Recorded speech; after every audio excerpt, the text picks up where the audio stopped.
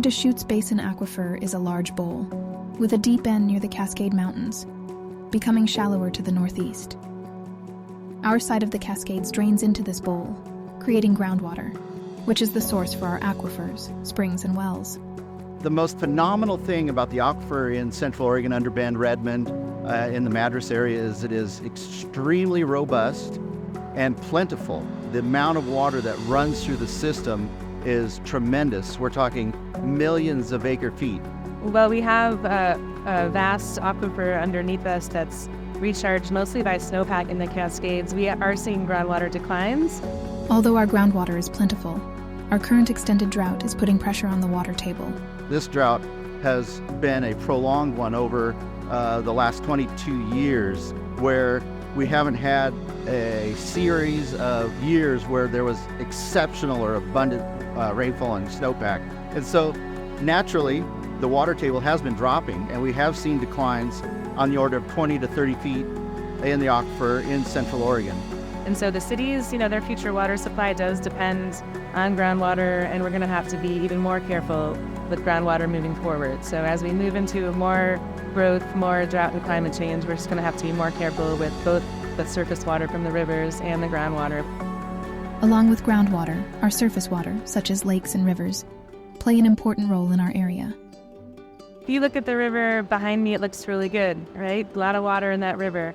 If you go downstream about a mile, 90% of this water is getting diverted for use on farms and irrigated agriculture. So the river suffers from low stream flows in certain areas at certain times of the year. So what the DRC does is we work collaboratively in partnership with irrigation districts, farmers, cities, all the partners in the basin to figure out projects that can keep more water in the river and improve fish and wildlife habitat and water quality.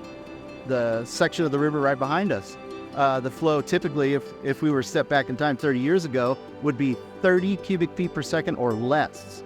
Now the flow is roughly 130, 140 CFS during the middle part of the summer. And so that percentage change in stream restoration has really beneficial impact to the stream ecology and its the wildlife that associate with the river. You might see large canal piping projects happening in Central Oregon.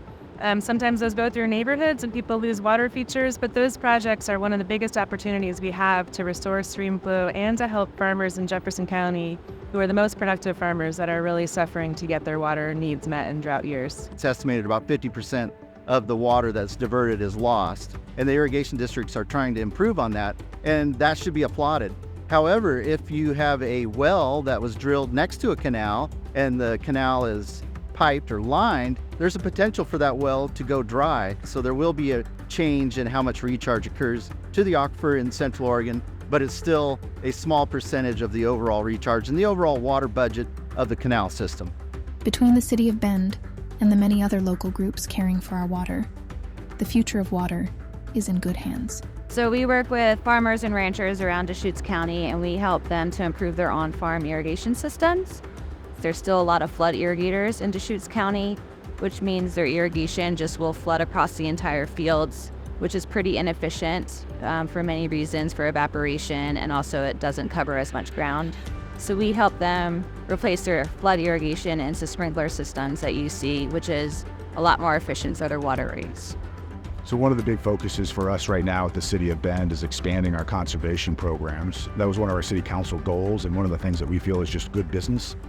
So we're working closely with our residential community, our multifamily customers, business and industry as well, to really understand what types of conservation programs and incentives and services we can provide as a water utility to help them as customers use less water. That's going to be really important as we move into the future and really continue to navigate pretty challenging water times. There are many ways we can all help conserve water. Even if you live in the city of Bend, you can run your sprinkler systems in the early morning or late in the evening or throughout the night. Also, converting from irrigation sprinkler systems to drip kits, or converting your lawn from grass to pollinators and native landscaping is very helpful to conserve water. So there's lots of possibilities. What I would like people in Bend to know is that while you enjoy the river every day, it has really big challenges. And so be a steward of the river, understand what's going on with the river, get involved with your local groups that are helping the river, and get tapped in.